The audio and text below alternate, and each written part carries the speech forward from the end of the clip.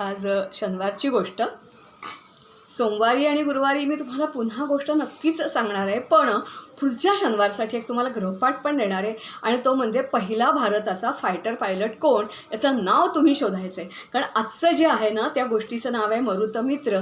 आणि पहिलं जगातलं विमान, त्याची ही गोष्ट आज तुम्हाला मी सांगणार आहे. खरं तर त्यावेळेला सगळा प्रवास चालायचा बोटीनी, जमिनीनी. विमानं खूप 1930 साली राईट बंधूंनी आणली असं आपण म्हणतो. आणि ही जी गोष्ट आहे ही 1895, तर त्याच्याही अगोदर जवळजवळ 8 वर्ष जुनी अशी ही गोष्ट आहे.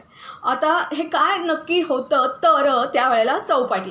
आता नक्की चौपाटी कोणती? काही ठिकाणी कोणी म्हणतात जुहूची चौपाटी, कोणी म्हणतात गिरगावची चौपाटी, कोणती का असेना, पण मुंबईत त्यावेळेला गर्दी जमली होती चौपाटीवर भर दुपारी उन्हात. आपण चौपाटीवर जातो आईस्क्रीम खायला, भेळ खायला, संध्याकाळी समुद्राची मजा बघायला, पण असं नव्हतं. आज काहीतरी आश्चर्य घडणार होतं. आणि ते आश्चर्य काय आहे हे बघण्यासाठी म्हणून सगळी जणं, ज्यांना निरोप गेले, ज्यांना माहिती कळली, तोंडाने आपण ज्याला म्हणतो ना अशी बातमी, माउथ टू माउथ पब्लिसिटी, तशी सगळी लोकं जमली होती. एवढंच नव्हे तर महादेव गोविंद रानडे, तुम्हाला सगळ्यांना माहीत आहे, जज त्यावेळेचे जे होते ते स्वतः आले होते. सयाजीराव गायकवाड, की जे नवीन नवीन गोष्टींना नेहमी प्रोत्साहन द्यायचे, ते स्वतः तिथे हजर होते, ते प्रेक्षक म्हणून हजर होते. आणि या सगळ्यांचं लक्ष होतं 2 गोष्टीवर. एक, मरुतमित्र म्हणजे समोर एक बांबूचं काहीतरी, एक सिलेंड्रिकल असं काहीतरी तिथं ठेवलेलं होतं. आणि त्याच्या मागे काही अंतरावर एक माणूस उभा होता, चक्क धोतर नेसलेला, काळा कोट घातलेला, त्याच्यानंतर पगडी घातलेली, कपाळाला गंध, मोठ्ठच्या मोठं भव्य कपाळ, नाकेलं असं सरळ सरळ नाक आणि काळा सावळा असा हा माणूस तिथे उभा होता. आणि त्याच्या हातात काहीतरी, जसं आजकाल आपण म्हणतो ना रिमोट, तसं रिमोट काहीतरी होतं. आणि त्यांनी सगळ्यांना आमंत्रण दिलं होतं. आता हा जो माणूस होता त्याचं नाव होतं शिवकर बाबूजी तळपदे. आणि ह्या शिवकर बाबूजी तळपदे यांच्या आमंत्रणावरून सगळी जमली होती एक आश्चर्य बघायला. आश्चर्य काय घडलं ते बघूया आपण. तर या शिवकर बाबूजी तळपदेंनी हातात तर त्यांच्या जे काही मशीन जे काही असेल त्याला असं काहीतरी केलं असेल. आणि मग ते समोरचं जे बांबूचं सिलेक्ट्रिकल जे मरुतमित्र होता तो चक्क आकाशात किंवा उडालं. सगळ्यांना एक सेकंदभर कळेच ना काय होत आहे, पण लवकरच टाळ्यांचा कडकडाट झाला. कोणी बाबूजी शिवकरांना उचलायला धावलं, कोणी त्यांना शाबास शाबास भले शाबास प्रोत्साहन, क्रीडा महोत्सवाच्या तुम्ही कसं देता तसं द्यायला सुरुवात केली. आणि 1500 फूट तो मरुतमित्र उंच उडाला. आणि मग परत हे जे काही तळपदे होते त्यांनी हाताने परत काहीतरी त्या रिमोटवर केलं आणि परत ते व्यवस्थित आलं. त्याच्यानंतरही कित्येक दिवस त्या शिवकरांच्या घरामध्ये होतं बरं का. तो हा होता मरुतमित्र. मरुत म्हणजे वारा, त्याचा मित्र, वाऱ्याच्या बरोबर मैत्री करणारा असा हा मरुतमित्र उडाला.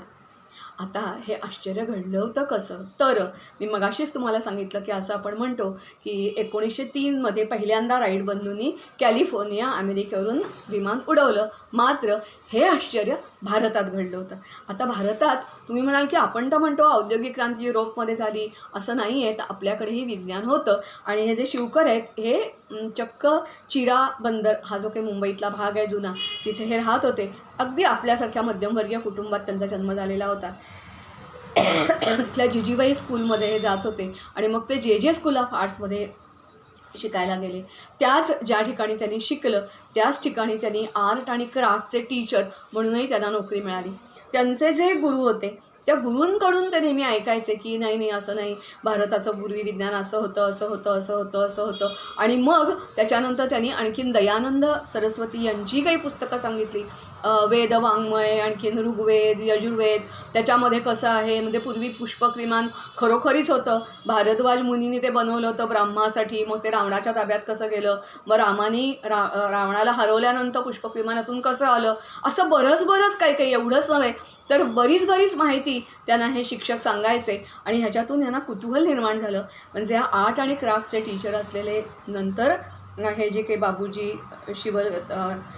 शिवकर बाबूजी तळपदे होते त्यांनी चक्क संस्कृतचा अभ्यास सुरू केला, वेदांचा अभ्यास सुरू केला. आणि मग असा अभ्यास करता त्यांच्या हातामध्ये एक मोठा ट्रेझर सापडला. आणि तो होता एक विमानशास्त्रावरचं भारद्वाज मुनींनी लिहिलेल्या पोथीचे काही भाग. त्या पोथीमध्ये तर त्यांना असं आढळलं की जवळजवळ 8 अध्याय हे फक्त विमानशास्त्रावर आहेत. आणि त्याच्यामध्ये 100 खंड आहेत. आणि त्याच्यामध्ये 500 प्रकारची वेगवेगळी, आताही तुम्हाला माहिती आहे ना विमानं लहान असतात मोठी असतात, विमान फायटर पायलट वेगळी, सामान वाहून नेणारी वेगळी, वेगवेगळ्या प्रकारची विमानं, तशी 500 प्रकारची विमानं त्यांनी ह्या विमानशास्त्राच्या पुस्तकात सांगितली होती. एवढंच नव्हे तर एक विमान एकाच प्रकारे नव्हे तर 32 प्रकारे ही विमानं कशी बनवता येतील हेही वर्णन त्याच्यामध्ये होतं. हे आर्ट आणि क्राफ्टचे टीचर होते. मग त्याच्यावरून त्यांनी आरोखनं म्हणजे कोणतंही आपण करताना काम, नकाशे बनवतो, चित्र काढतो, तसं केलं आणि झपाटल्यासारखे हे कामाला लागले. यांच्याकडे काही वेगळं वर्कशॉप वगैरे नव्हतं, राहत्या घरीच ते आणि त्यांची बायको ती पण त्यांना मदत करायची. तिला पण खूप मजा वाटायची, हे काहीतरी वेगळं आहे आणि वेगळं आपण काहीतरी करतोय. त्यांनी घरातल्या घरात प्रयत्न केल्यानंतर सगळं त्यांना ते जमलं आणि जेव्हा त्यांना कॉन्फिडन्स आला की आता आपण बनवलेलं हे जे काही आहे ते कोणी त्यांची चेष्टा केली, हे तर काही खेळण्यातलं विमान आहे, कारण ते स्वतः बसले नव्हते ना त्याच्यामध्ये. पण हे पहिलं. याच्यानंतर मग अर्थातच आजही तुम्हाला माहिती आहे की आजही असं नाही ना झालं की विमानशास्त्र तिथेच थांबलं आहे. रोजच्या रोज नवीन गरजेनुसार त्याच्यामध्ये सुधारणा केल्या जातात आणि प्रगती केली जाते. तसं पुढे घडलंही असतं ना. पण असं काहीतरी उडता येतं, माणसाला उडता येऊ शकेल, हवेतून प्रवास करता येऊ शकेल. कारण या वेदवाङ्मयात तर सांगितलं होतं ना की त्यावेळची विमानं कशी होती, आत्तासारखी फक्त फॉरवर्ड जायची असं नाही, तरी फॉरवर्ड पण जायची, बॅकवर्ड पण जायची, राईटला पण जायची, म्हणजे अशी वळून नव्हे हां, अशीच्या अशी राईटला गेली, अशीच्या अशी लेफ्टला गेली. आहे त्या जागेवरून आजकालच्या विमानांना अशी धावपट्टी लागते, त्याच्याऐवजी अशीच्या अशी ती वर उडायची, अशीच्या अशी खालती यायची, अशी वर जायची, अशी, हे सगळं वर्णन त्याच्यामध्ये होतं. आणि त्यांना ते खूप खूप असं म्हणजे भरून आलं होतं की अरे केवढा हा ठेवा आणि आपण हा परत जगासमोर आणला पाहिजे. हे झपाटून जाऊन ह्या तळपद्यांनी कामाला सुरुवात केली आणि पहिला हा समृद्धमित्र उडाला. पण पुढे काय झालं तर त्यावेळेला आपल्यावर राज्य होतं ईस्ट इंडिया कंपनी, ब्रिटिश. आणि अर्थातच ब्रिटिश आपल्याला नेटिव्ह म्हणजे काळे, देशी असं हिणवत असत.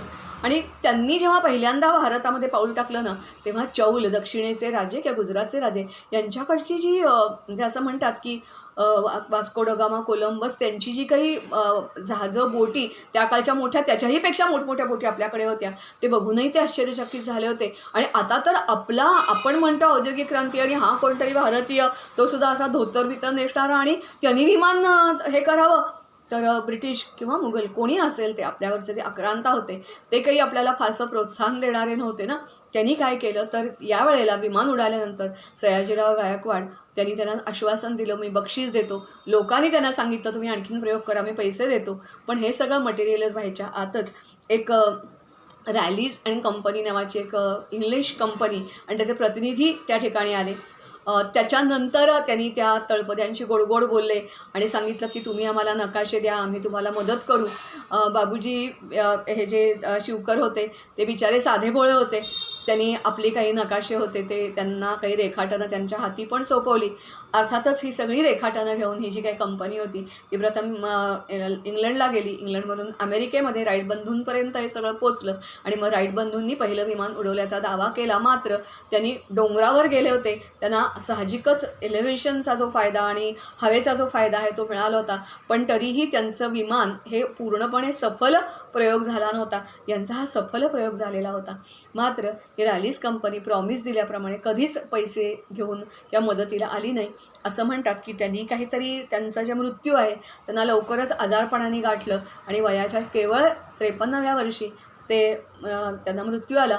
असंही म्हणतात की कदाचित त्यांच्यावर विषप्रयोग केला होता आणि त्यामुळे त्यांना मृत्यू लवकर आला. अर्थातच इतिहासामध्ये संशोधन करायला काय हवं वगैरे तर आपल्याकडे एवढं काही सांगता येत नाही. पण त्यांची जी काही सगळी गोष्टी ह्या ज्या पडून होत्या त्या त्यांचे भाची अजूनही तिथे राहतात. आता त्याच्यावर एक चित्रपट बनतो आहोत.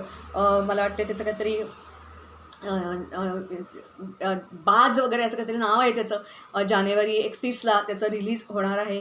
आणि त्या लोक जेव्हा त्यांच्याकडे गेली तेव्हा त्यांच्या हे जे काही शिवकर होते तळपदे त्यांच्या पण सगळ्या नातेवाईकांना खूप भरून आलं की आमच्या पूर्वजांची कोणीतरी ओळख काढली. कारण त्यांना मुलबाळ नव्हतं पण त्यांचे भाची ते म्हणाले हां आमच्याकडे तो मृत मित्र होता, आम्ही त्याच्यात बसायचो आणि कल्पना करायचो, आम्ही विमानातून उडतोय, खेळ खेळायचो. नंतर मात्र तुम्हाला सगळ्यांनाच माहिती आहे की जुनी वस्तू झाली की अडगळीत जाते.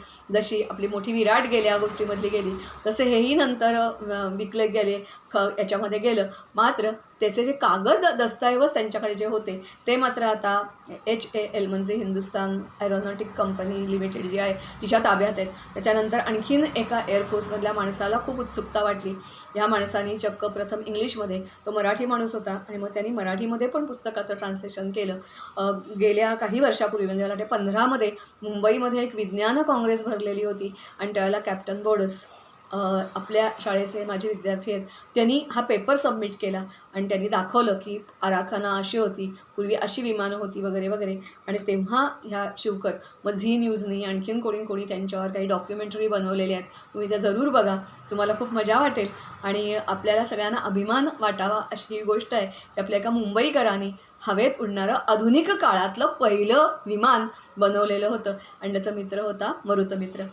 मी तुम्हाला सांगितलं तसं गेल्याला लक्षात ठेवायचं आहे की ह्याच्यावर तुम्हाला म्हणी शोधायचे आहेत. आता वेगवेगळ्या प्रकारच्या म्हणी शोधाल तुम्ही की यांचे प्रयत्नेवर वाळूचे कण असू शकेल, किंवा ह्या राईट बंधूंनी यांचं चक्क चोरी केली होती ना, किंवा रॅलीजने त्यांना फसवलेलं होतं, त्याच्यावर आयत्या बिळा नागोबा, काही असेल तसं तुम्हाला जे सुचेल तशा तुम्ही म्हणी सगळ्या शोधायचा प्रयत्न करा.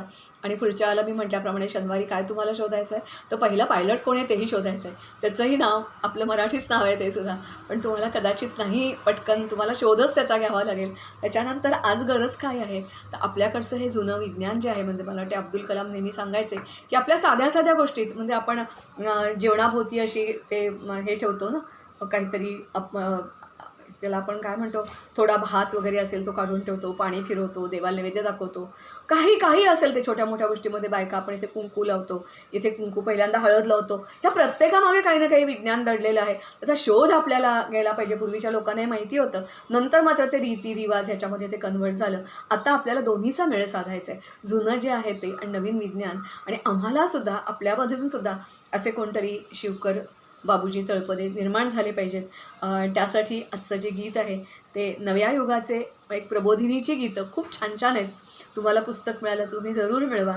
त्याच्यातलं हे गीत तुम्हाला वाचून दाखवते आणि थांबते. मी सोमवारी येणार आहे, गुरुवारी पण तुमच्या भेटीला येणार आहे, पण पुढच्या शनिवारचा अभ्यास लक्षात ठेवायचा आहे, शोध घ्यायचा आहे आणि म्हणी शोधायचे आहेत. नव्या युगाचे पाईक आम्ही, नव्या युगाचे पाईक आम्ही, तारे नवक्षितिजावरचे, निजहृदयाची म्हणजे स्वतःच्या रक्ताची, निजहृदयाची आण वाहुनी रूप पालटू देशाचे. आमचं स्वप्न काय आहे, रूप पालटू देशाचे.